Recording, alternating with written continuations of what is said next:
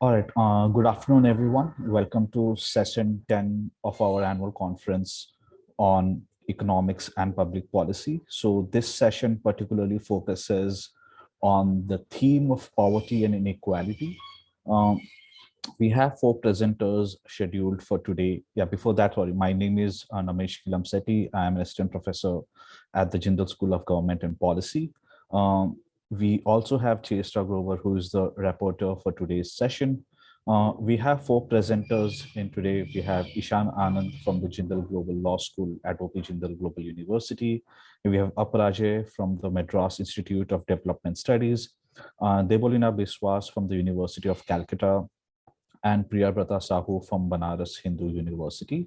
What we would do for this session is we'll have 20 minutes for each presenter, where I would interrupt after 18 minutes. I won't say interrupt, but I'll just provide a brief reminder that we have 2 minutes left for the presenter. And we'll finish all the presentations first, and then we'll use the remaining time for the Q&A once all the presentations are over. So without wasting any further time, let me please invite Ishan Anand from the Jindal Global Law School to come forward and share his presentation. Thank you. Hi, Nimesh. Hello, everybody. Let me just share the screen. Yeah.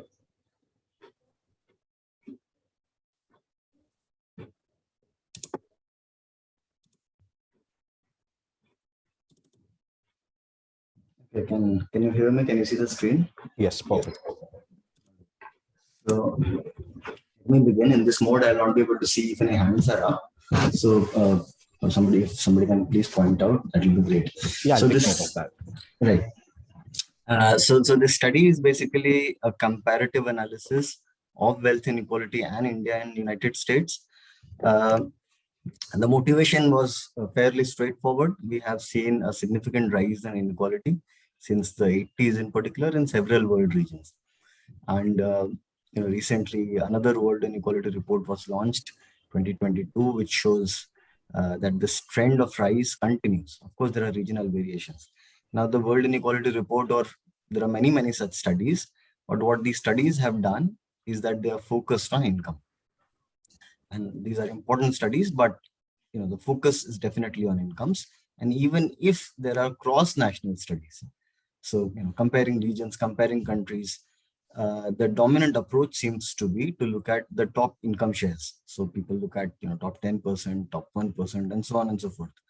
Now, what is underexplored in the area of inequality in general and area of sort of cross-country inequality studies in particular is that there are hardly studies of disparities between groups within across countries.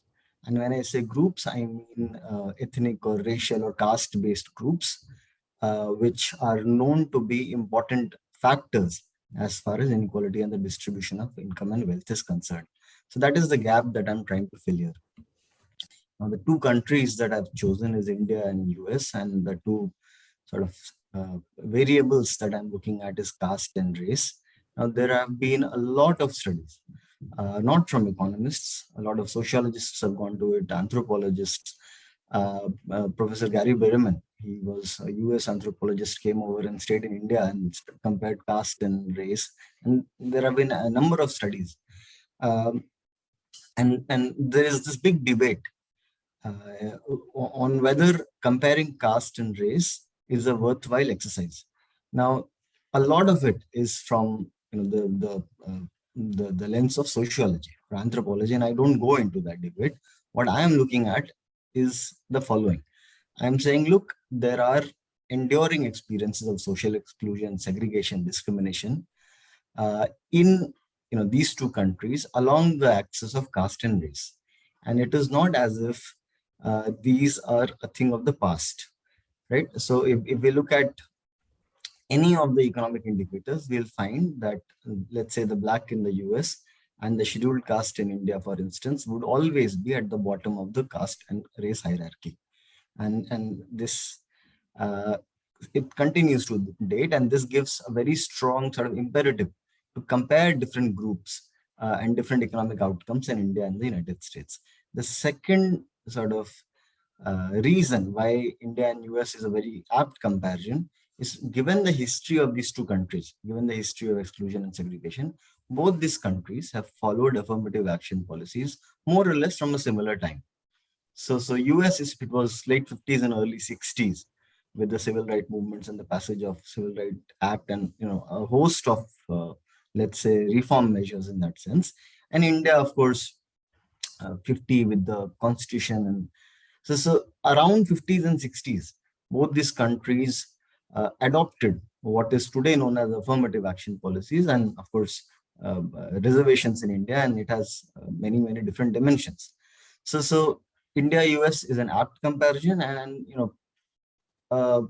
anti-caste scholars and anti-race scholars both in India and US have been aware of what we can gain through such a comparative analysis. So in the writings of Ambedkar, in the writings of Du Bois, in the writing of Phule, in fact, they show this special affinity towards understanding what is happening in the US and in India and vice versa. So now, why do I focus on wealth and why not income, as most studies do? So wealth is different from income. Of course, it's a stock that is accumulated over a lifetime. It's not just a flow. And the argument is that it reveals dynamics of group inequality, be it caste, be it race, which might be concealed, which we might not be able to see through if we're looking just at income or just at, let's say, consumption expenditure. And why do I make this claim? I make this claim because, one, the overall, so if we look at the literature or the past data, we'll find that the overall levels of wealth inequality are far more stark than, let's say, income disparity. And I'll show the exercise that I've done with the current numbers, but it is sort of established that the distribution of wealth is far more unequal. Not only is the overall wealth distribution far more unequal, but if we look at the social gap, the gap between caste groups or, let's say, race groups, that gap is also much larger in terms of wealth than in terms of income or consumption. And these 2 points are kind of related. The third sort of thing is, both caste and race are inherited in the sense that people are born into it. And it is very closely tied to wealth, which is also transmitted across generations. So intergenerational transmission of wealth is tied intrinsically with intergeneration, hereditary nature of caste and race. Lastly, while income does a lot of things, wealth represents a surplus resource in a sense that it is not just a flow, monthly flow or a yearly flow. It represents a surplus resource which helps people in accumulating more wealth and more incomes, and it is available for being utilized at the time of a crisis.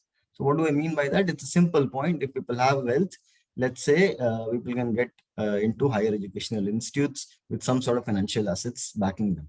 And that might increase the chances of, let's say, earning better incomes in the future, so on. So these are some important aspects of wealth that have been ignored, at least as far as the cross-country comparison is concerned. Okay, so how I define wealth in this paper? Okay, I was coming to this question. So how I define wealth is simply all the assets, financial, non-financial, so all your shares, mutual funds, bonds, housing, vehicles. So this is sort of this is what the survey captures. So the survey captures information on certain assets. So both quantities and prices. So if we add the value, not value prices, but rather values. If we add the values of all financial and non-financial assets, I call it total assets. And then when we take away the total household's debt from it, we get total wealth. So just to keep in mind, total wealth is net of total liabilities. Okay. Now, when we are doing this cross-comparative country comparison, I've just, for the time being, I've restricted myself to one round of the survey. Both in India and the US, this household debt surveys are available since the 1990s. In US from 1989, in India from 1991. The US has a lot more waves. They conduct the survey every 3 years. India conducts the survey once in 10 years. So a lot more rounds of the US data is available. But nonetheless, for now, since it's a preliminary or exploratory exercise, I restricted it to just 1 year. And again, how, what is caste and what is race, or how the variable is constructed, is again completely dictated by the data. So in the Indian case, caste is the survey's present caste as STs divides people into ST, SC, OBC, and others. Others is of course a residual category, but in the Indian case, others will, the people who will come into the others category will be the privileged groups in comparison to the other castes in India. While in the US, the four categories that are there in the survey is white, black, Hispanic, and others. And others in this case is all other races and ethnic groups. But whites in the US would be the dominant group. Now, there are several limitations. If we are comparing wealth, the first question is, how do we compare wealth? Do we use exchange rates or purchasing power parity?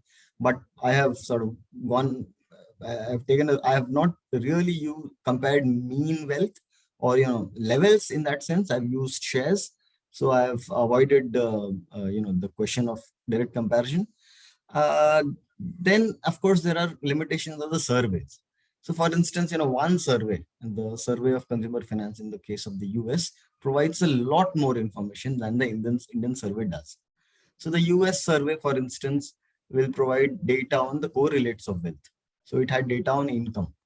It has data on occupation. It has much, disaggregated data available on the kinds of asset available. So direct one-on-one comparison on every aspect may not be possible. Another sort of limitation is underestimation and underreporting.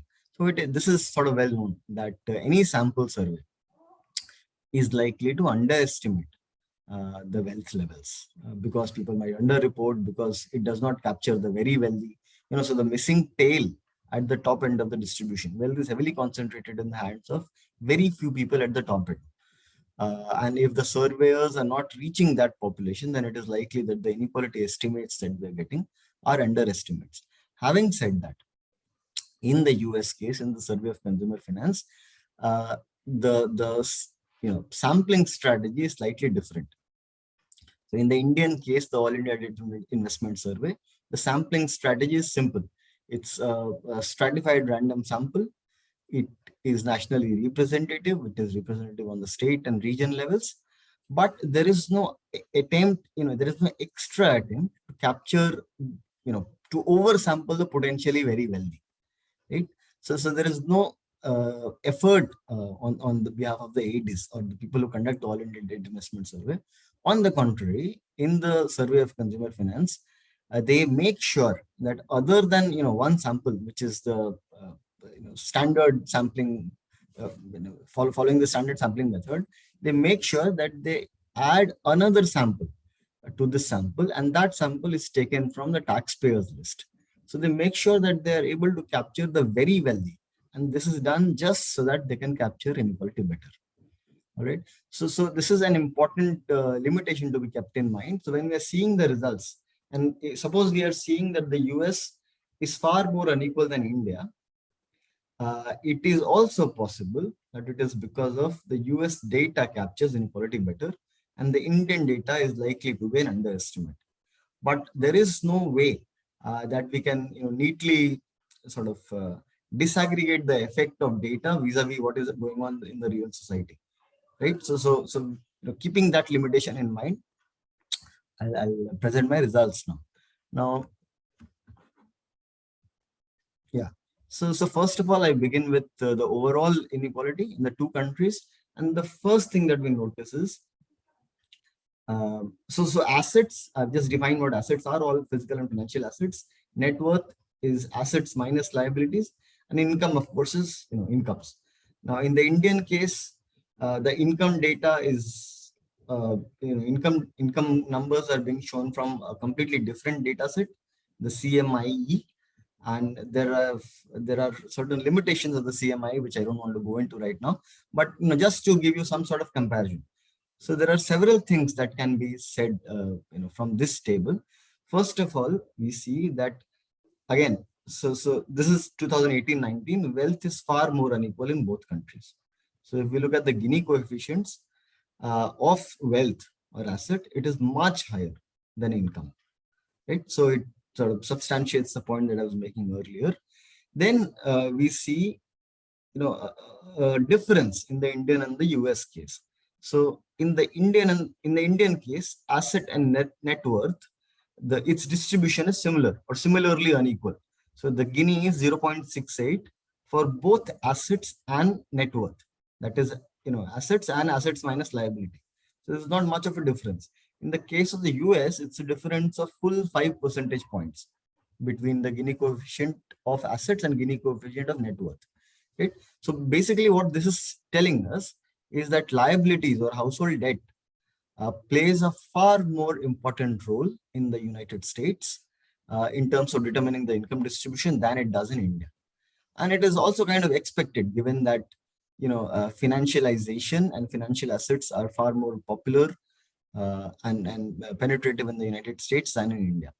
Now, again, the next three ratios, so P10 by P90 by P10 would be, these are percentile ratios. So what this tells us is the ratio of the wealth of the households at the 90th percentile divided by the wealth of the households at the 10th percentile, right? So in some sense, it's top versus bottom, top by bottom. Now, just look at this net worth sort of figure. So P90 by P10 for net worth is over, close to 2,500. So basically what it means is people at the 10th percentile in the US, when we compare their wealth to people at the 90th percentile, the people at the 90th percentile are earning 2,500 times more, or they have net worth worth 2,500 times of those at the bottom end of the distribution. So once again, it is, US is far more unequal than India in terms of any of these numbers. We look at P90 by P50. So, P50 is again the 90th percentile by the median. Again, so in all of these indicators, US is coming out as far more unequal. In all these indicators, wealth or the net worth is coming out as far more unequal than income. Okay. Moving ahead. Right. So this is another sort of continuing with the argument. Here I've shown the share of different groups or different quantiles in asset net worth income, both the countries. So the share of bottom 50%. So the negative number basically means that, at P10, the 10th percentile has a date. So that number is a negative. So let's say, my income is, my wealth is minus $100 and your wealth is minus 100 into 2000. So our gap is 2000, but the sign is negative because P10 is negative. So it's, wealth is negative. All right. Shares. So again, absolutely horrifying numbers. If you look at bottom 50%, so the share of bottom 50% in household wealth in the US was only 1.5%. Slightly better in India, 7.4, but again, highly unequal. And as we keep coming up, we see that, wealth is, so the share of top 10% in the US in terms of wealth is over 76%, which is very, very high. In the Indian case, it's 54. It is still high, but we can see that the US is far more unequal than the Indian case. And again, inequality is far more the minute we are considering wealth, that is assets adjusted by liabilities. Now what I've done here, these are simple ratios.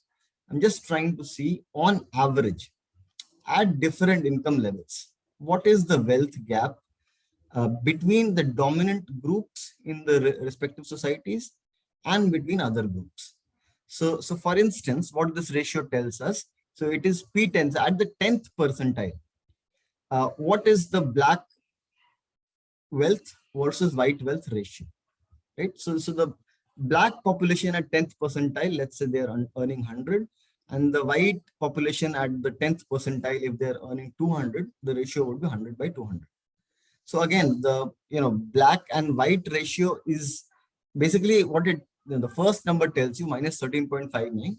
This first number, what it tells us is that the black wealth is almost 14 times greater than the white wealth at the 10th percentile. But again, the minus sign tells us that wealth is negative. So basically, it is telling you that the black population at the the bottom at P10, the 10th percentile of the black population, has far more debt. Debt is outweighing the assets uh, in comparison to the white groups, right? Okay, so let me just jump through the slides very quickly. So yeah, and as we keep moving ahead, so as we are moving to a richer population, we see that the white population and the others population in India, it dominates far more than any other group. Okay, let me just skip it. So this is just a visual graphical presentation of the wealth distribution in the two countries. Again, we can see that the whites as a groups are white, and the others in India, their distribution seems to be the better off. Now let me just come straight to the decomposition results. I'll probably need some seconds more. If we look at the traditional inequality decomposition, it is done using GE2. We see that the between group inequality contributes to a very sizable extent of inequality between these two countries. So for a lot of studies, we see that the between component is very, very small. That is not the case in the US and India. Lastly, let me just come to my final slide. So one part is inequality. Through some numbers, I've shown that the inequality is extremely stark in both two countries, but there is a method which allows us a decomposition of the Gini coefficient. And what it does is it allows us to look not just at inequality, but stratification. So what is stratification in terms of wealth inequality? Inequality, it will be formation of different layers, right? Now, what we see here, I don't have time to go into the method, but what we see here is that whites in the US are forming a different sort of layer of wealth. So they are far away.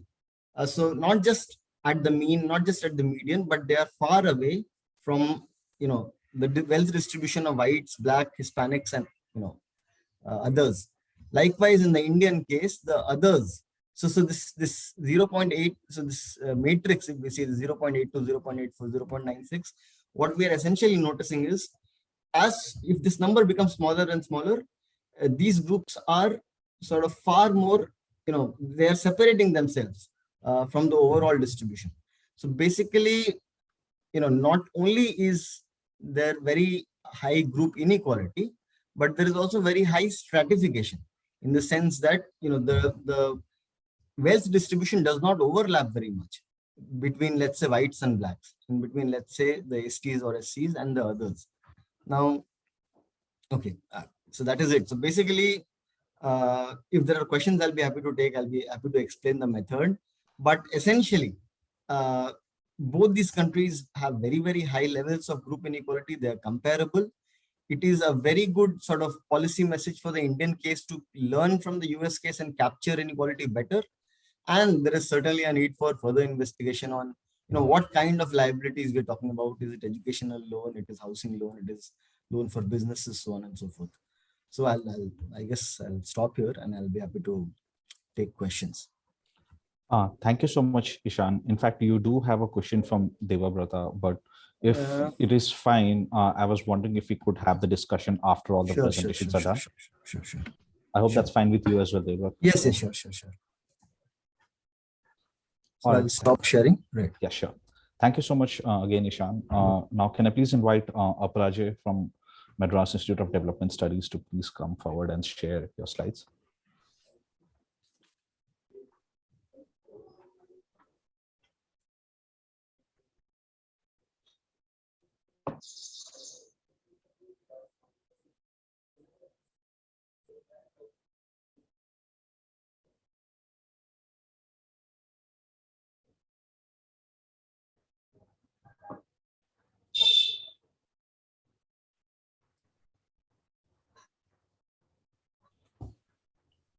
I hope my slide is visible.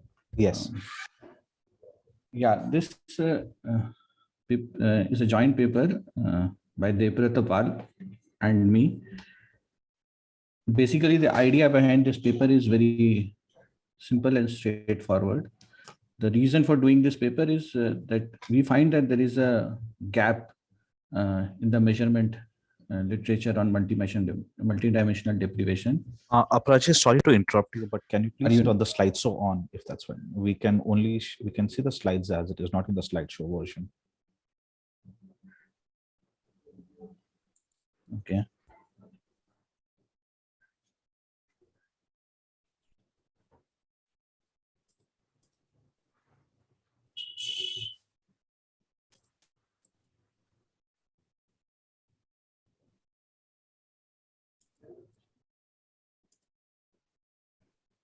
I don't know.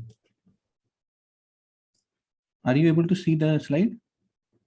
We can see the presentation, but not in a slideshow format. Yeah, but I am doing it. Why it is not happening? Okay, is it now fine?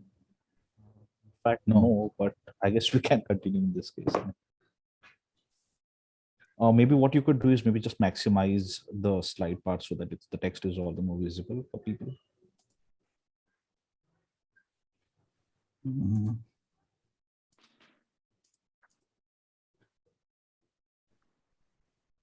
I use the full screen mode and then, Yeah, I did that. I think what Aparajay probably shared the window, not the screen. Not Yes. his screen. Okay, Yeah. okay. Aparajay, Yeah, just I'll try. please yeah. share your screen and then go to slideshow. Okay.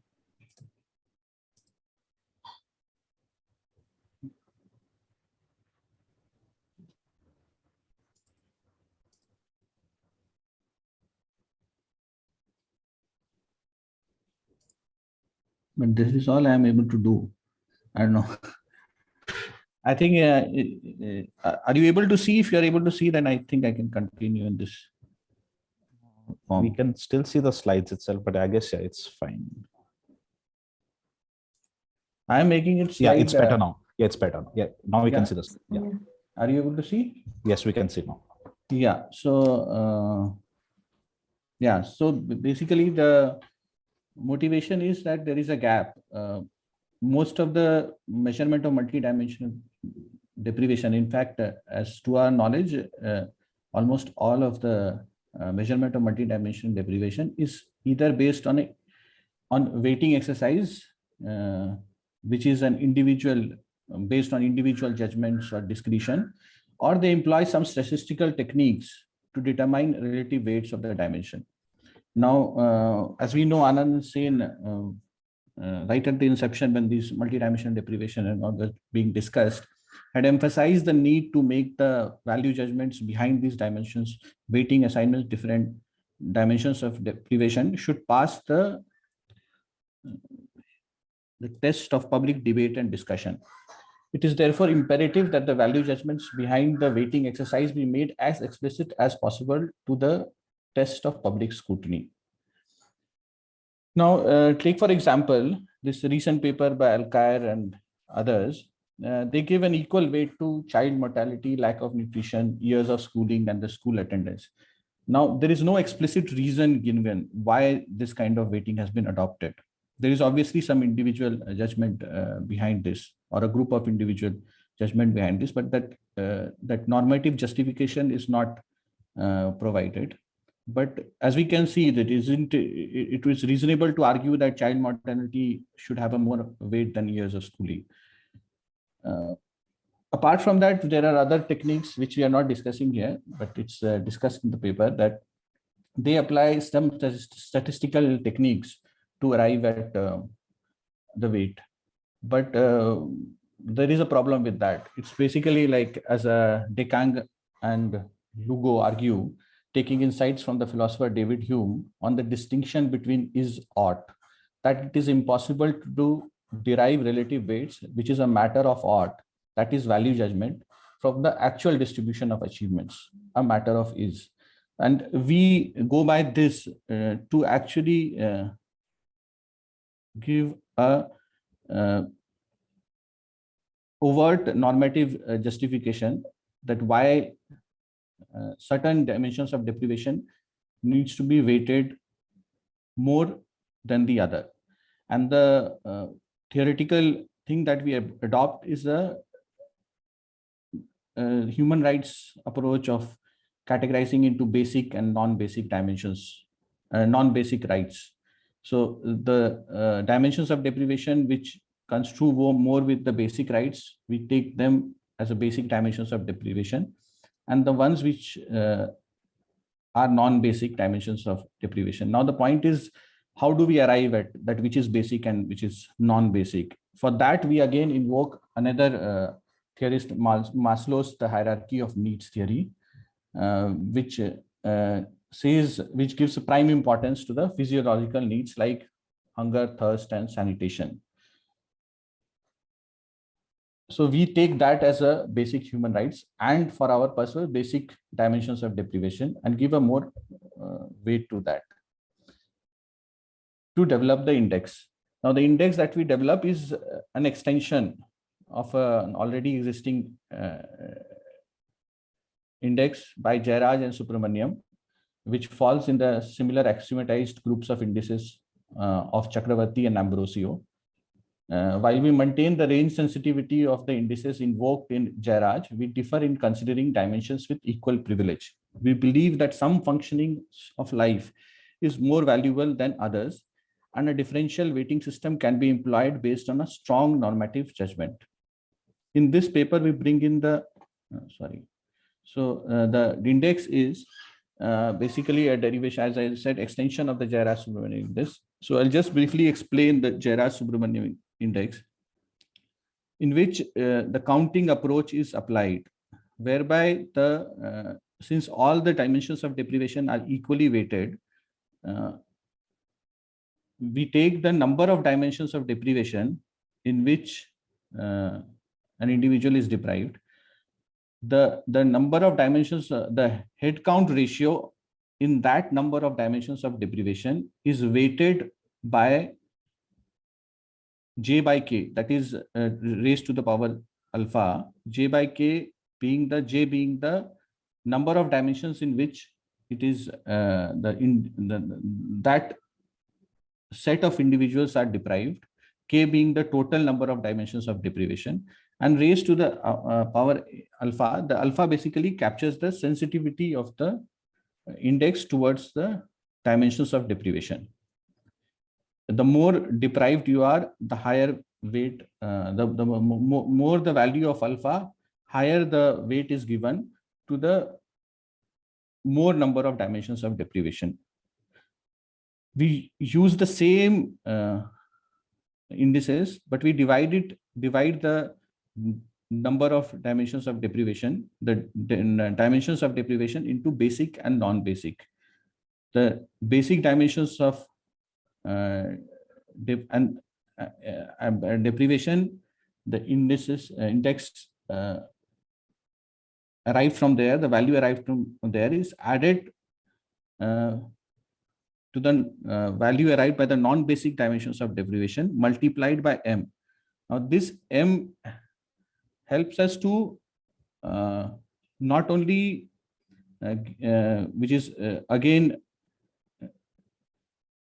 lies between 0 to 1 by k and b being the non-basic dimensions of deprivation, that number of dimensions of deprivation which are non-basic, raised to the power alpha. This m lies in between. The reason for taking m less than this is that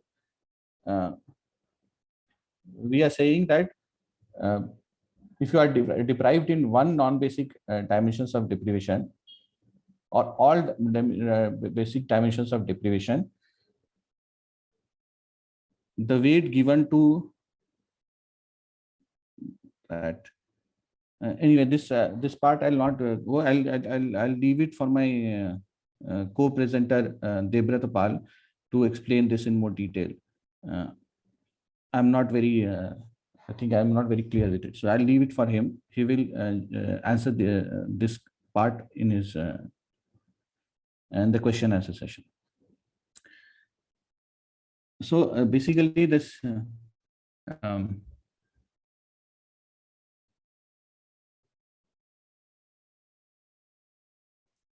I'll come to the empirical part. The 9 dimensions of deprivation that we have taken for consideration, one is undernutrition, the other is the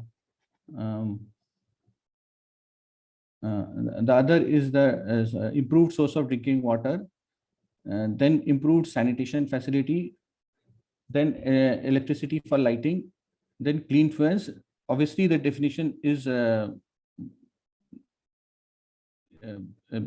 nuanced, but I'm not going into the details of it. If there is any question about it, we can go and answer that.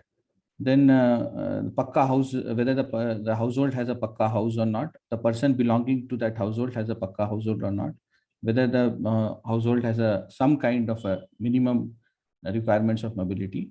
Now, in this, the last 8 dimensions of deprivation is common to the Jairaj and Subramanian index. Only thing that we add is the undernutrition, and that we add because because of our purpose of categorizing into basic and non-basic dimensions of deprivation. The data source used is the NFHS4 data source for non-pregnant women aged 15 to 49 to assess the deprivation level of each state in India. The reason for choosing this NFHS data file is that this file provides information for all the dimensions of deprivation under consideration for almost all interviewed women, barring 3.3% not de jure members of sample households selected for interview, and another 2.3% individuals for missing information on certain dimensions of deprivation. In the case of calculation for JS index, each dimension gets a weight of 1/9. However, in case of unequally weighted dimensions of deprivation index, the weights have been assigned to each dimensions of deprivation in the following manner. Each of the 3 basic dimensions of deprivations get a weight of 1/9. And each of the 6 non-basic dimensions of deprivation gets a weight of m multiplied by 1/9, where m tends to 1/6 to the raised to the power alpha. Specifically, for alpha equal to 1, we have taken m equal to 0.16. For alpha equal to 2, we have taken m equal to 0.02. And for alpha equal to 3, we've taken m equal to 0.04. We stop at alpha equal to 3 because at alpha equal to 3, the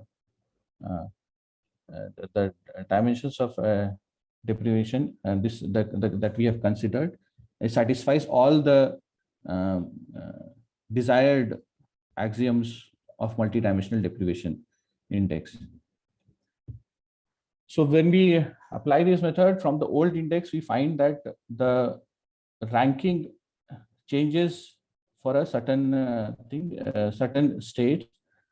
Specifically, I would point out Bihar, instead of being the last, which is the case in the old index, in case of the new index, it jumps to the last 7th position. Similarly, there are other changes as well.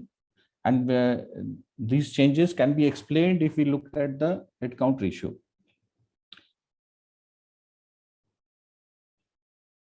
For instance, Bihar and Uttar Pradesh, why the reason they have shown a better position, has a comparatively low level of HCR.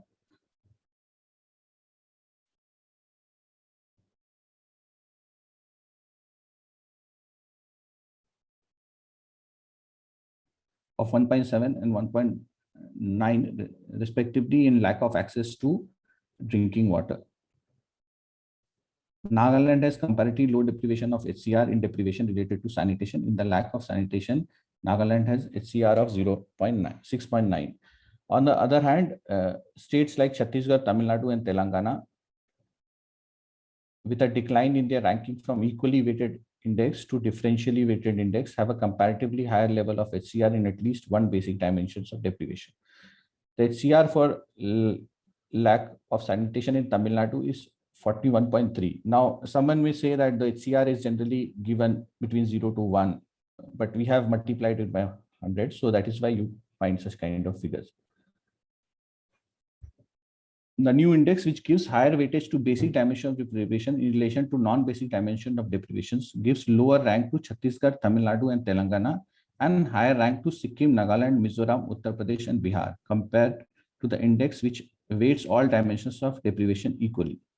Results show a significant change in the ranking of the states in comparison to that of JRAS index. While the bottom ranked states according to JS index maintain pretty much the same ranking with respect to our index, the middle ranked states, however, register a noticeable change in our ranking. So this is the difference that we find, and we feel that this difference essentially happens because the JRAS index ranks all the dimensions of deprivation equally, while we have given more emphasis, more weight to the what we call basic dimensions of deprivation, which includes lack of sanitation, lack of improved drinking water source, and undernutrition.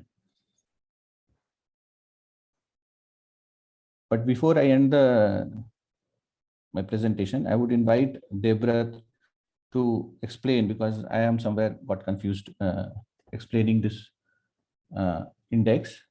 If he can give a short explanation.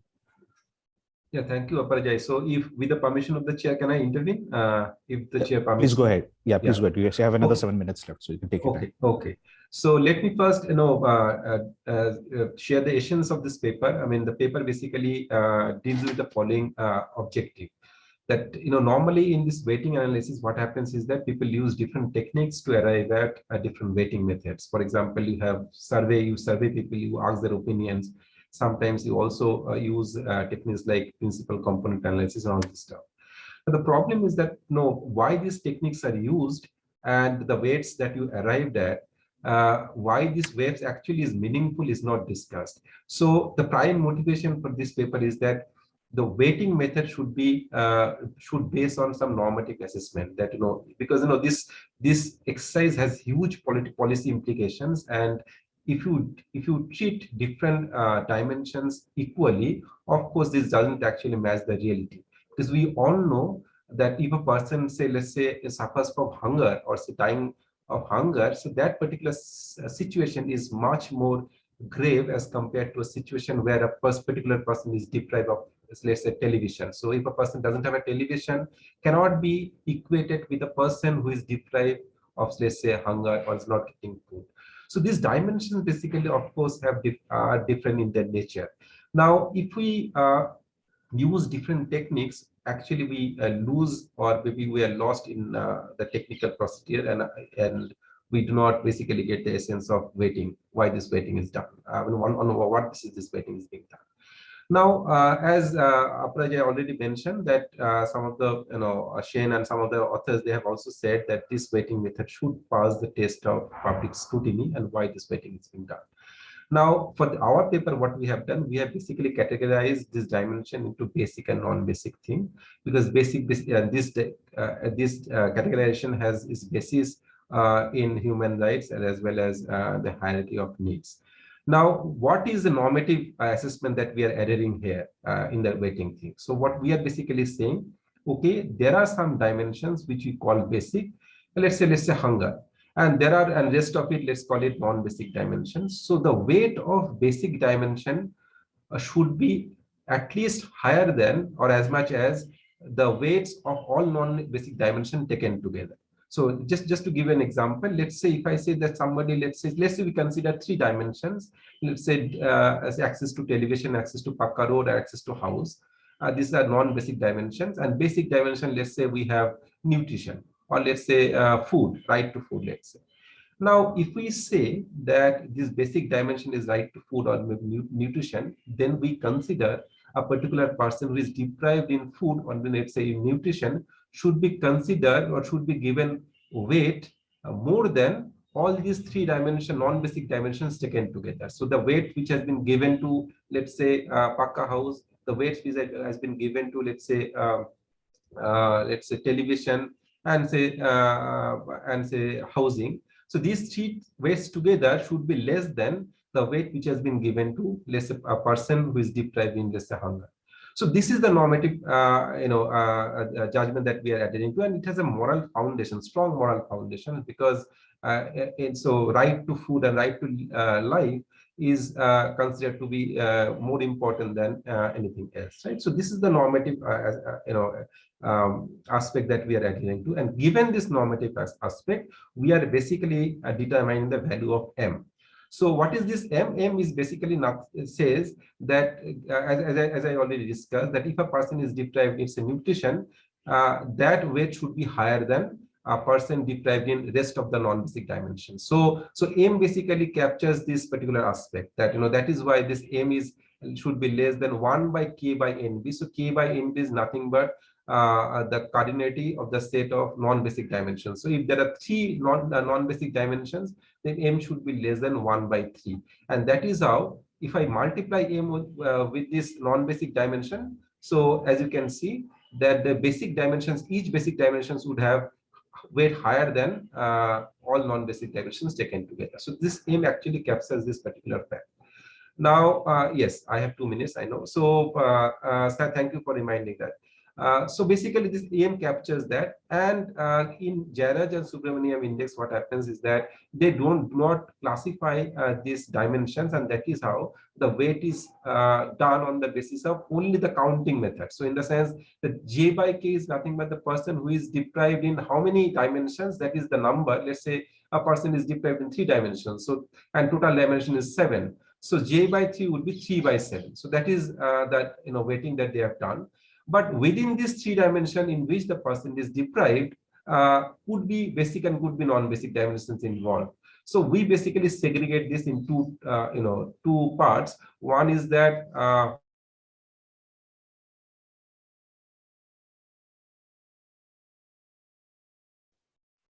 Devbrat, I think we've lost your audio.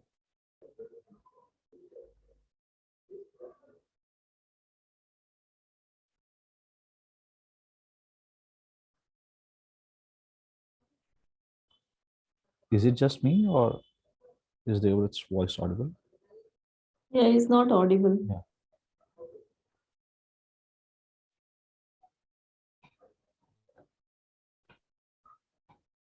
I think it's still on. I think. Devbrat, you are not audible.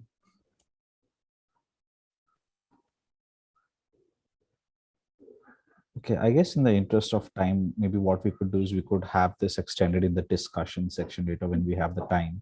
yeah, so I'm just done. I'm just Yeah, okay, got it. Yeah, got it. last just one line. Just I would say that this AG and HB is nothing but proportion of populations who are deprived in, say, basic dimensions, and proportion of populations who are deprived in non-basic dimension.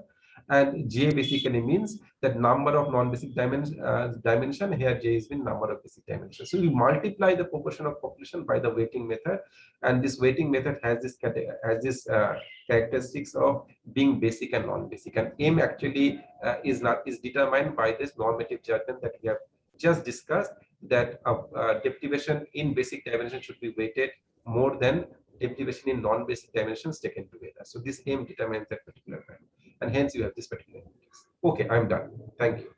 All right, thank you so much, Devbrata. All right, thank you, Aprajit and Devbrata. Can I please invite Deblina Biswas from University of Calcutta to come and share her presentation? Yes, thank you. Aprajit, maybe you could just stop sharing from your end.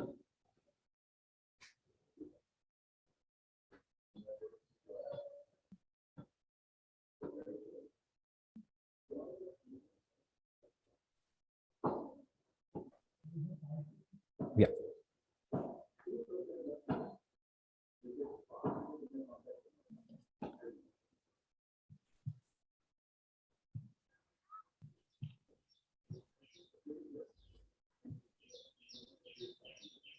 Yeah, I hope my screen is visible. Yes, please go ahead. Yes, thank you for giving me this opportunity to present my work. So I'll be talking on this topic, urbanization and rising class inequality. This is particularly evidences based from West. So first, I'll briefly talk about the motivation behind this work. So even in literature and in theoretical analysis, what we have observed that rapid urbanization is often associated with rising inequality. even in terms of empirical evidence, also in case of India and various states in India, which have witnessed urbanization, have also witnessed rising urban inequality. But if you look at the West Bengal case, so West Bengal initially started with a high, relatively it was a highly urbanized state, but over the years, the pace of urbanization was very slow, and over the years, it was almost stagnant. Recently in the last, in the decade between 2001 and 11, urbanization has started picking up. But if you look at the overall urban inequality picture, it's actually mimicked the overall, all India pattern. So urban inequality is quite high in terms of level, and also in terms of trend, it is continuously increasing.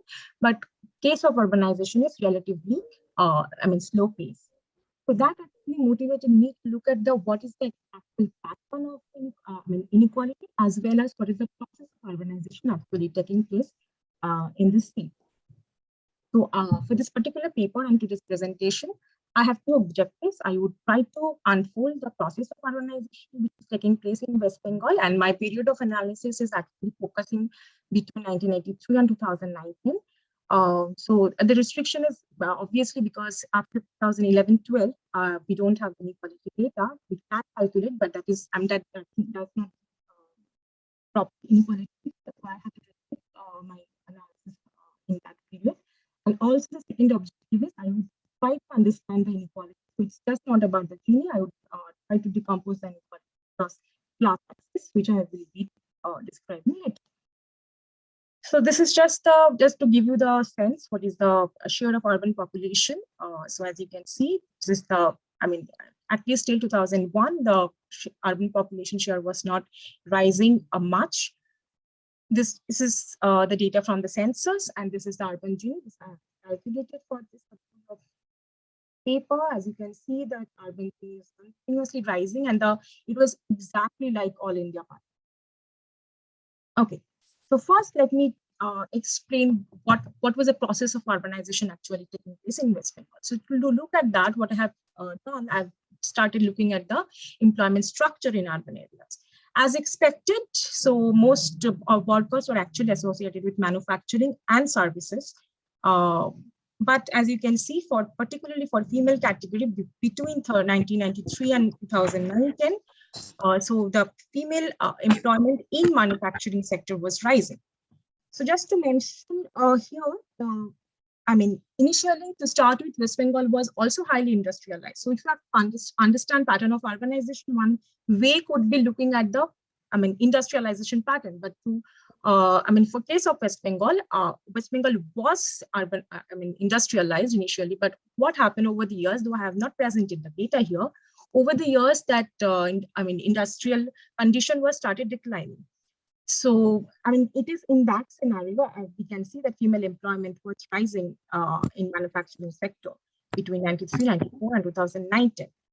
And as you can also, it's my slides showing that the service employment was rising as well. So what happened to the growth scenario? So this is not urban growth. Maybe I need suggestion on that. It's just the overall growth I've tried to calculate for secondary and tertiary sector and the subsector, but maybe I would love to take suggestions on how to calculate urban growth particularly. So as you can see, so I thought maybe it would give some sort of picture. So as you can see, manufacturing sector, growth has increased definitely, but it was actually the unregistered manufacturing that in the later period, that is period between, and one can say it's like a post-reform period. So it was actually unregistered manufacturing sector, which was growing at a fastest rate. And other than that, construction also started picking up. In tertiary, as you can see, there's trade, hotel, restaurant, banking and finance, real estate. All these are actually growing at a higher rate. This was a growth scenario. So I was also looking at what was the pattern of industrialization. These are just some growth number and employment number. So mostly from literature and a couple of data which suggest me that the type of pattern of industrialization which was unfolding in West Bengal, it was the small scale industry. The share of small scale industries were rising. And even if we say that registered manufacturing sector, number of registered manufacturing sector was not on rise that much, but what happened, that capital intensity was increasing, and output was growing, but nevertheless, the employment was not growing. So that was the scenario in terms of industrialization. And if we discuss about services, services shows that yes, couple of sectors like banking, all these sectors were actually picking up. But in terms of job creation, this was there was a very few high-paid and skilled jobs were created. So the massive increase in employment was actually informal in nature. So there are studies which are actually proposing this factor that especially between the period between 2004, 5 and 9-10. So the West Bengal had actually witnessed massive informalization in its workforce. So informalization, I would say, it's definitely an all-India pattern, but West Bengal actually registered high growth of informalization of workforce. Okay, the second part of my work focuses on inequality. Inequality, I am here studying income inequality and have taken consumption expenditure as proxy of income. And I have taken data from the household consumption expenditure data. So these are the rounds 38, 58, 61st, and 66th. Here, so I just have not looked at the urban Gini. I have also tried to decompose the Gini. I have followed the exact methodology. And this methodology actually allows me to decompose the Gini into two, group actually. So it could be class, it could be caste. And okay, so this is one point. And another point which I'm at this presenting in this presentation is that I have taken out the relative position of each and every class. This actually helped me to understand or helped me to tell you that which of the classes have actually grown over the time in terms of their income. So now let us talk about our classes. So NSS data actually allows me to form these classes. So I have followed this class structure. So I have divided between owner class and in manufacturing service. So I could also divide it between professional skilled and unskilled. And those would not, like I could not divide them. I clubbed them into the urban class unclassified. This class structure is also already deployed in various kind of studies for all Indian inequality and in a couple of state inequality. Okay, so what does the result tells me? So as I said that inequality was continuously rising, urban inequality rising, and the decomposition exercise actually tells me it was actually the interclass component, that is the distance between classes were actually increasing over the time. So that any changes in the Gini could be explained by the interclass component. So this is the scenario. So if you look at the pre-reform period, so overall urban inequality increased, and basically interclass component was actually influencing, and which are the classes which actually, I have not presented the data here, but if you would like to see, I can show them. So it is basically which are the classes actually witnessing relative position improvement. So it is basically the owner class and managerial class and manufacturing professional class. Post-reform period, similar thing. So one thing is quite clear is that it is the interclass inequality or interclass component which was actually influencing the change. So in post-reform period, we have two phases actually here. So again, we see that which of the classes is again the owner or managerial class and some professional class from service and manufacturing sector. So as I said, the overall observations would be, so rising class inequality or rising urban inequality was basically because of the rising interclass component. So as it is understandable that there are three classes, professional or owner, they are actually doing better over the years, and the unskilled workers, they are not doing good over the years. Okay, so I'm almost at the end of my presentation. So it is just not about whether the share of urban population is rising. It is more about how the urbanization is taking place in any state or for that matter in any country that I think actually influences in the same changes pattern in inequality. At least West Bengal is showing that.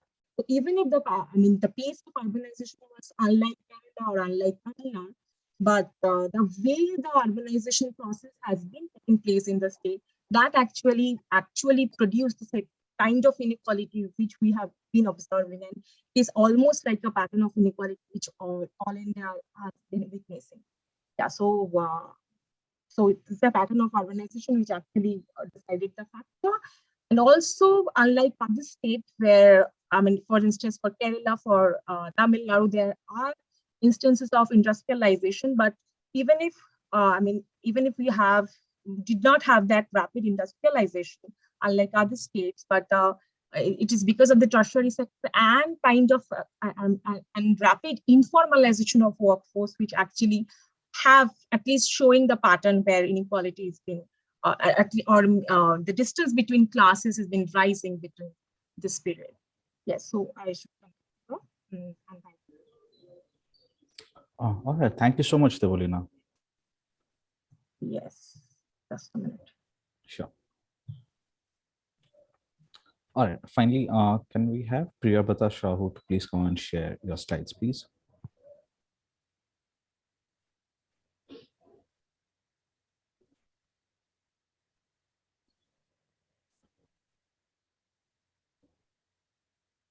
Priyabhrata, are you here? Yeah, I've been doing that.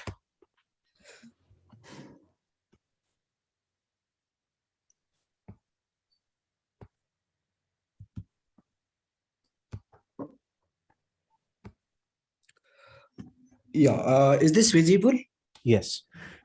Yeah, good afternoon, one and all. And let me take this opportunity to thank the organizer and as well as the chair for giving me opportunity to present this paper.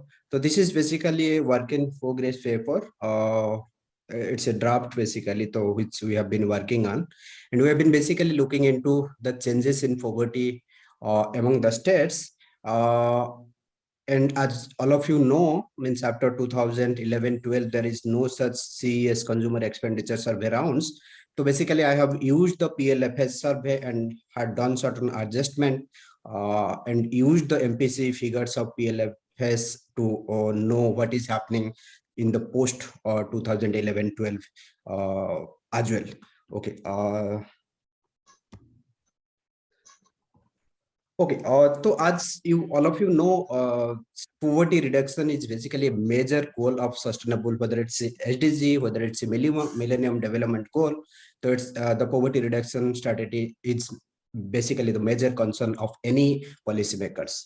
So if you look into the development paradigm, so it has shifted. If you look into the basically the 50s, 60s, the major goal was how to achieve higher growth by increasing saving, by investing heavily on different sectors, but it has shifted its focus from growth to trickle down in the 70s, 80s, which basically talks about the growth will, of course, take care of the poor. And then in the 90s and 2000, the pro-poorness, and then after post-2000, the inclusive growth, basically. And the writings of all those pro-poorness, inclusiveness has started with the writing of Ahluwalia and Chandri, basically in his paper in 1974. And if you look into the India's the 11th 5-year plan and 12th 5-year plan also, so it also talks about the inclusiveness and inclusive growth. And if you look into the different kinds of literature in the post 2000, you'll find that there is a very faster growth in the NSDP per capita income among the states, and as well as you will find that there means the poverty has been reduced in the 2000 decade. So my basic question is that whether the poverty reduction is at the same space among the states or not. If it is not, then why it is so? Means, I've been basically comparing the states poverty reduction with the all India by decomposing the poverty changes into two different effects. Okay, coming to the methodology part, I have basically used the Tendulkar poverty line to calculate the headcount ratio, poverty gap, squared poverty gap, and as well as I have calculated the Gini index. And I've converted all the data series which I have used from the NSSOCS 2004-5, 2011-12, and then mostly I have used the PLFS 2018-19 rounds, as though the PLFS 1920 also is available, but I have not used that because the COVID period has come in between the 2019-20, if you look into that, and then that's what some people have been suggesting to use the 18-19 instead of 19-20. So what I've done here basically is that as you might have been aware, the MPC figures of the CES, basically the CES consumer expenditure survey has been made to collect the data on each individual item consumer expenditure, but the employment surveys are not, and PLFS survey also are not. So, but PLFS survey is also having the MPC figures as well. That is the aggregate one only. So what I have done here is that I've made certain adjustment by taking 2004-5 the consumer expenditure survey and unemployment survey MPC, and then I find out what is the percentage change between these two MPC figures between the states, and as well as I have looked into 2011-12 consumer expenditure survey as well as 2011-12 employment unemployment survey, and then I find out the percentage change in the MPC. And what I have done, basically, if you look into the 4-5 as well as 11-12, you will find that the consumer expenditure survey MPC are little bit higher than the employment unemployment survey. And what I have done, I have taken the average of these two differences, and then I have inflated the figures of MPC by that much percentage for all the states mostly. And then what I have done, I have converted all those MPC figures into 2011-12 MPC, real MPC figures. So that adjustment which I have done to find out, basically means comparing the PLFS MPC figures with the consumer expenditure of earlier rounds. Then I have, as I have calculated the poverty elasticity, I have calculated the inequality elasticity, as well as I have done this decomposition of change in poverty into two different effects. That means the poverty changes in any state or any region can be decomposed into the poverty change in all India. And then another two effect, which is called as growth efficacy of poverty reduction, which mostly is the poverty elasticity, and the growth effect, which is nothing but the change in MPC. So it might be possible one of the state which is witnessing higher poverty reduction than all India might be because of these two effects. Okay, it might be due to the higher poverty elasticity than all India, or it might be because of the higher growth in MPC of that particular regions. So accordingly, I have classified the states into four different, those who are having high poverty elasticity as well as high growth. Similarly, you can say low poverty elasticity, low growth, high poverty elasticity, low growth, low poverty elasticity, and high growth. So this is the decomposition method of Besley, which I have adapted. So this decomposition is basically telling that delta theta ST, which is the change in poverty of a particular region over a period of time T, is nothing but, this is beta is nothing but the poverty elasticity of all India. Growth G bar is nothing but the growth rate of MPC in a particular period, between two periods at all India. So beta multiplied G is nothing but, it's basically measures the average poverty growth elasticity, and plus this is beta S is nothing but poverty elasticity of a particular state or region, minus beta bar is nothing but poverty elasticity of all India, into G bar is nothing but the growth rate of all India.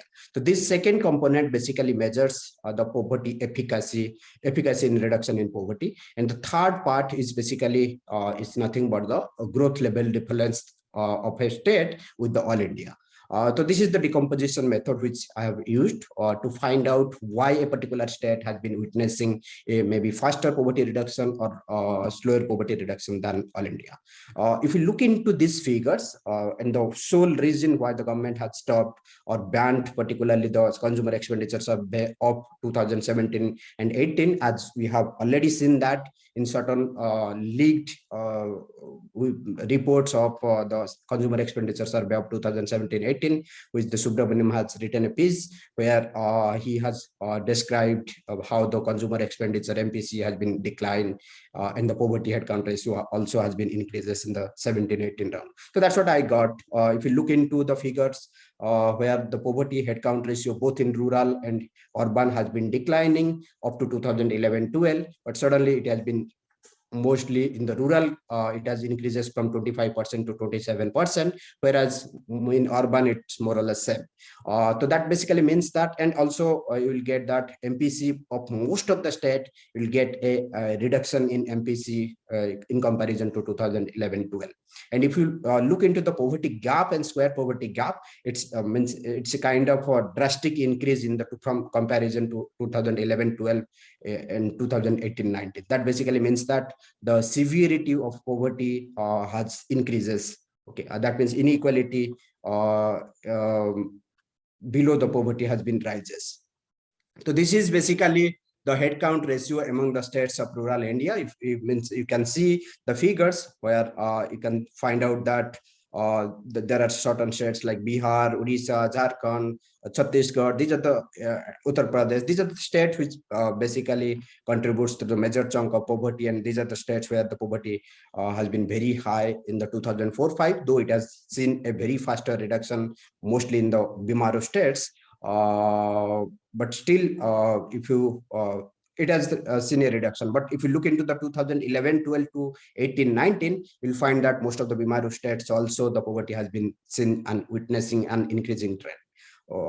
Similarly, in case of squared poverty gap, you can find out a trend where it basically shows that 11-12 to 18-19, there witness a increasing trend of squared poverty gap among the regions of rural India. And this is the case in case of urban India headcount ratio, where we can witness Bihar is the one which is having very high or urban headcount ratio.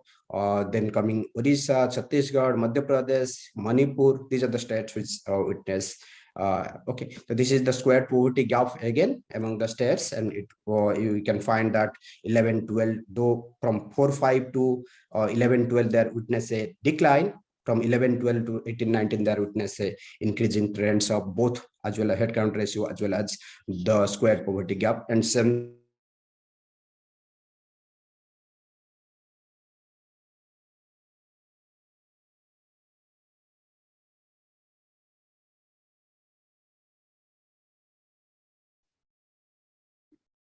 Priyavrata, we cannot hear you. Is it for me or the rest of? I think we've lost the signal. Oh, yeah.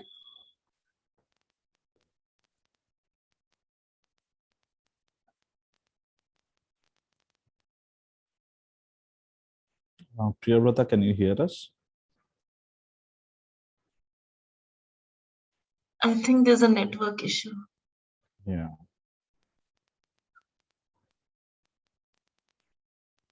If he doesn't realize, he might be. Yeah. Okay. Okay, I think he's logged out now. Might be trying to log in again. Yeah, there he is. No, he is there. there is might be some internet issues though. Sure. No worries. The screen is okay. Let me just share it. Is this visible? Yes. Okay, thank you. So what I have done here is that basically I have decomposed, it means the change in poverty can be decomposed into growth effect and inequality effect, but I've not done that part. But what I have done, I've just plotted the growth in MPC as well as, and I have been looking into how does this growth in MPC has been related with the changes in headcount ratio, as well as I've been looking into how does the change in Gini coefficient has been linked to the change in headcount ratio. So you'll find that mostly two kind of thing you can infer. You can infer that the states which have been growing at a having very high MPC growth, the poverty reduction is higher, and you can compare the states with a comparison to all India. So AI basically refers to all India. Then in comparison to all India, you can refer to, so here the annual change in poverty reduction minus sign basically represent there is a higher poverty reduction. So in that case, okay, so these are the states where maybe Orissa, Rajasthan, Tamil Nadu, these are the states where the rural MPC growth is higher as well as poverty headcount ratio is higher. Similarly, you can infer that there is a increasing trend among the states where mostly the states which are having very high growth in means positive growth in inequality, there you will witness a reduction, slower reduction in the headcount ratio. Similarly is the case, okay, Okay, so this is the case in the second period. Second period also you can infer mostly the same, and you can infer also, you can compare the states with the all India picture. Which are the states which has been witnessing a very faster growth, which are the state which has been witnessing the slower reduction in inequality, and with a comparison with the annual change in headcount ratios. Okay, so this is for the second period which I have done. Though in the first period, what I found is mostly I found is basically a declining trend of this first graph and the upward trend of the second graph. But this is not the case in case of the second period, where mostly we will get a horizontal kind of thing in both the cases. Then what I have done, I've done this decomposition part, where I've been basically looking into why some of the states has been witnessing a very faster growth than the all India. So what I've done, if you look into the third column, mostly fourth column, so where I've been, it's been written annual change in rural headcount ratio in the first period. So where you will find that in case of all India, the first period from 2004-5 to 11-12, the annual change in poverty is 0.071. That means poverty has been reduced by this months. And there are certain states where the poverty reduction is very faster than the all India, and it might be due to either the poverty elasticity is higher, or it might be due to the rural difference in growth level. That means growth in MPC might be higher in that particular state in comparison to all India. And accordingly, you can classify them into 4 different groups. Like there are certain states where both the poverty elasticity is higher and growth level is higher. There are certain states where than the all India, and there are certain states where the poverty elasticity and growth component is lower than all India, and hence the poverty reduction might be slower than all India. So in those 4 kind of classification, you can do that way.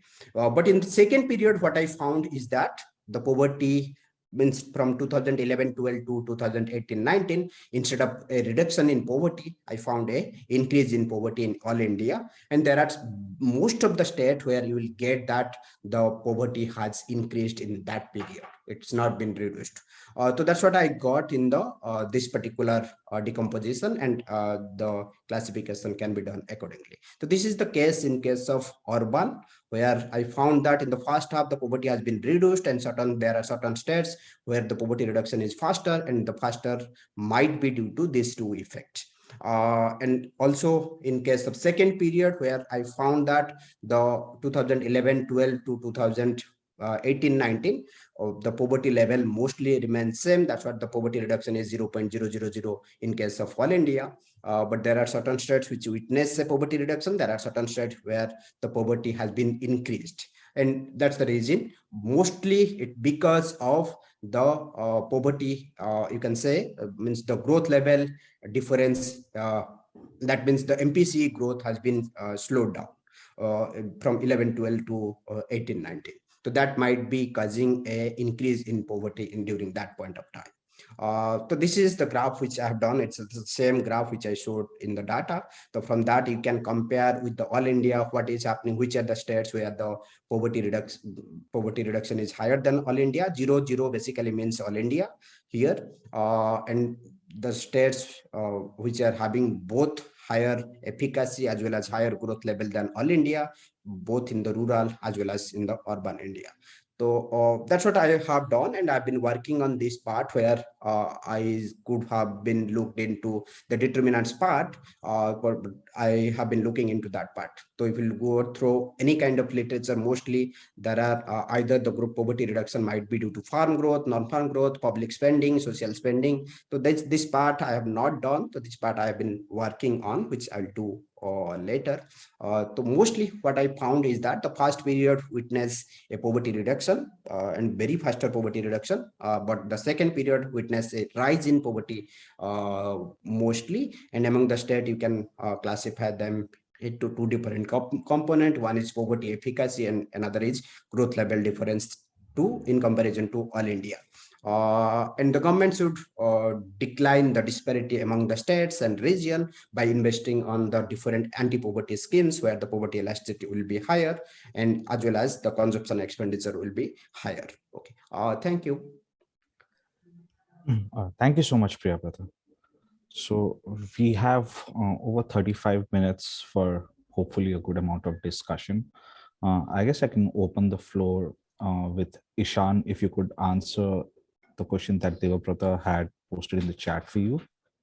And Yeah, I think Devbrata is saying negative sign. So basically it is not about indebted. We are looking at net indebted. So if both ratios are, if both signs are negative, so it will depend upon, we have to look at the numbers carefully. If both black and white numbers are in negative, so then of course, the positive number has a different connotation. So basically you have to look at the numbers carefully, and we are talking about net indebtedness here. I think I hope I answered that question. all right, thank you. Do we have any questions? I have a question. Please. Brother. So, yeah, no, it's a fantastic paper. I just want to ask, so in terms of making these two data sets comparable, I've read the article in Hindu that was published some time back, but I just have one question. So the leaked report that was circulated in the media, consumer expenditure, so it had given some MPC numbers. Now, those MPC numbers were far higher than the PLFS numbers that were released for the same year. I don't know the exact numbers, but it was something in the, so the PLFS would give, let's say the average MPC to be 3,000. And the CES, which is of course supposed to be more authentic, was giving it somewhere close to 3,600. So if we take poverty using the PLFS, it is likely the numbers will be much higher. So how do we reconcile? How do we reconcile this fact that PLFS might be massively overestimating? I'm very sure that poverty has gone up, but does this number show it accurately? So that would be the question. Oh, no, that's what I have done the adjustment. Na? So see, the PLFS, what I found is that from the employment unemployment survey, I found that the MPC figures are a little bit lower than the CES consumer expenditure survey. So that's what I have basically estimated how much is basically the difference, the percentage change, both in 2004-5 as well as in 11-12. Then I have done the average of both these 2004-5 difference percentage sales and 11-12 percentage sales, and then that much of difference I have inflated the PLFS 18-19 one. All right. So it's based on the assumption that so one suggestion is you could also look at those numbers, CES numbers. They will also give you some sort of an average and maybe one. Yeah. Okay. Do we have any other questions?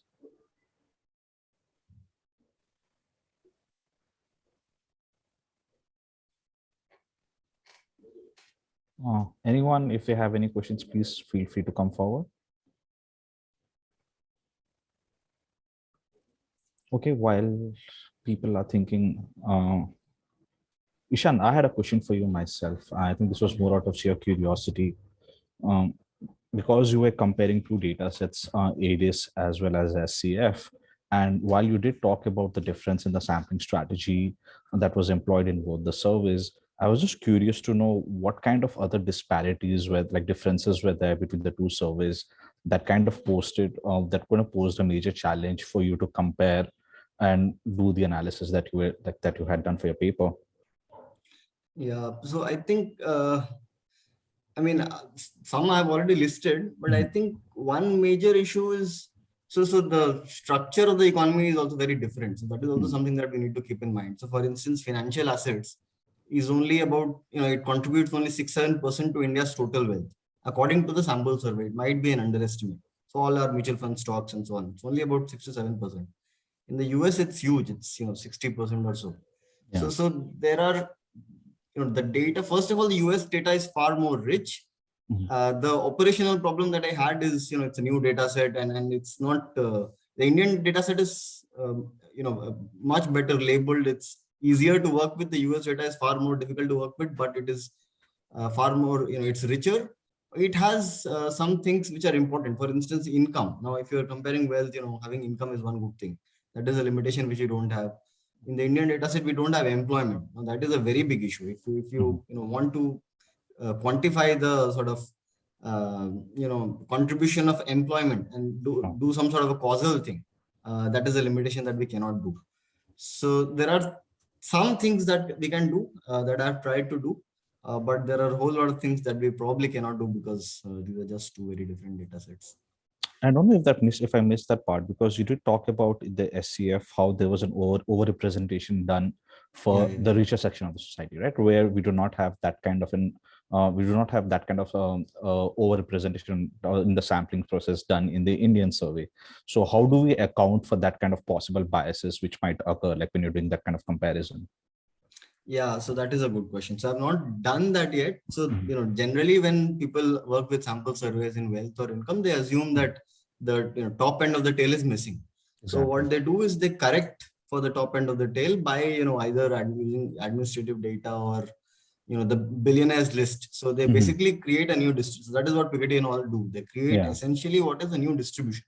So that is something that can be done. I'm looking at it right now, but it will still not, it will solve the disparity to some extent, but the US survey itself is, it is meant to capture the top tail. So that survey itself is much better. Although they also don't put the Forbes 400 in the list, because then everybody will know, there will be no transparency. So there are some things can be done, particularly adding the top tail to make it little more comparable. And that is something I'm looking into right now. All right. Thank you so much, Ishan. Thank you. Debolina, I had a question.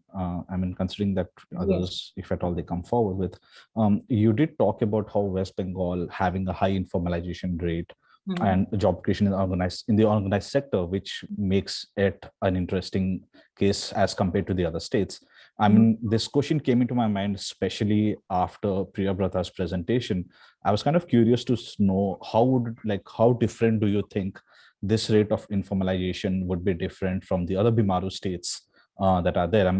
My assumption would be that the kind of informalization and inequality might share the same kind of characteristics in these states as well, if that makes sense. Yeah, I think, so the point I refer, so that was basically from the data between 2004-05 and 9-10 employment unemployment found. So that time it is showing that West Bengal, the generation of employment has happened in mostly on the unorganized sector, and all the jobs are informal in nature. And it is the highest compared to all other states. So even if, if I compare with the Bihar, all the BIMARU states as well, yes, the informalization is highest, and particularly during that point of time I mentioned. So there are generation of employment, but those employment are informal in nature. So these are very low paid and no job security, social security, etc. So yeah, I don't know whether I could answer your question. I think it made sense. Thank you. Okay. Aparajay and Devrata, I think either of you can answer this question. And this was a fascinating presentation that you had. But my question was more in terms of when you talked about this normative aspects of categorizing them into basic and non-basic. I was more curious to understand how did we decide, so this idea of hunger, thirst, and sanitation coming as a basic category was based on Maslow's hierarchy of needs. Am I correct, right? Yeah. So yes. I was just curious to know why wouldn't we also include other parameters like access to shelter or livelihood as a basic need? Considering if we look at like UN Habitat's definition, as an example, if you look at UN Habitat's definition of what a slum is, it gives this 5 parameters, right? In terms of sanitation, in terms of overcrowding, in terms of having a shelter, having a proper permanent structure, and so on, in addition to sanitation. And also in this case, I was curious, was there a thought behind keeping these factors as basic parameters and the others as non-basic? Yeah, no, we are not saying that this is the way to do it. Yeah. We are only saying is that when you take measurement multi-dimensional degree, normative judgment explicit. So we have made it explicit in the sense looking at Maslow's hierarchy of need theory. But there could be contesting other things where people may argue that no, we should include shelter as well. We should include, but we have kept the most basic physiological needs. That is why we use. hunger, sanitation, and water. Mhm. Beyond that, we have kept it in the non-basic. Now, somebody may argue, may come up, but what we are saying is that have a theory. You can't say so include this. Why include this? Give us a proper reasoning behind it. And why we should have shelter as well in the basic and not in the or schooling. Some people would insist that no schooling like basic human rights. If you read the literature, a lot of people talk about literacy as a very basic human right. But that is why we need to think the need to invoke Maslow, because we think that, to give you an example, like a person dying of hunger, we want to give that person a higher weight in deprivation index than any other person who is, say, deprived in, say, television, bicycle, all other non-basic things, even, say, a proper shelter. They just have a kacha house, but they are getting a proper food every day. So we wanted to make that, and we are not saying all the individuals. We're taking only one individual and comparing it with another individual and saying that we're giving higher weight to an individual who is deprived in at least one dimensions of deprivation. And the other is deprived in all the dimensions of deprivation. So that is, but we are not saying this is the only way. We are saying you can come up with another way, but please make it clear what is your thing. That is the only solution. Okay. In addition to that, I was also, I think when you talked about the 8 dimensions that came from the Jayaraj Subramanian paper, and you talked about adding nutrition as a 9th factor, right? So I was kind of confused in terms of what were the basic and the non-basic characteristics among these 9 I'm sorry, parameters. that was because of my presentation. No. Actually, I should have made it very the basic dimensions of deprivation are water, improved drinking source of water, improved sanitation, under we have taken invoking the physiological needs as the most basic in the Maslow's hierarchy of needs. We have taken that as the basic dimensions, and all other we have put it in the non-basic. So all others that talked about mobility and everything came under under non-basic. Okay, perfect. Thank you. Sure. Thank you. Can I ask one question to Ishan? Actually, please. So see, I mean, you are basically, given you are comparing to US with India. Now you are interested in the distribution of wealth rather than the measurement of inequality, right? So, but I am just interested to know, but even if you have Gini coefficient, which has the numbers of Gini coefficient doesn't reflect that a particular distribution is always better in terms of wealth, in terms of equally distributed or maybe close to equality line. So even if you have different Gini's number from there, it's difficult to basically infer that one particular country would have a better distribution than other. Now, given this is because of the fact that Lawrence term might actually intersect. Now, what I'm curious to know that in your data, is it the case that one distribution is always superior to other, or is there any possibility of intersection? Is it clear? Distribution of India and US? Yes, that you have done. Yeah, so that I have not done, because I mean then it requires either conversion using exchange rate or PPP, and then there are related issues. So I have not directly compared the Indian income to the US income at all. What I have done is I have looked at not just Gini. I agree, Gini, the Lawrence curve might intersect and Gini might not be, but then there are all other indicators. Your P10 divided by P50. So what is happening to the medium? What is happening to the top share of, so there are whole other hosts of, basically I'm looking at, what is the sort of, how far are these groups apart in India and the US, which doesn't require, comparing these two distributions directly together.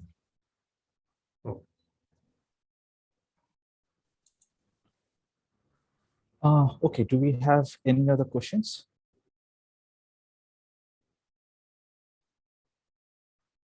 I guess, Geeta, are you here?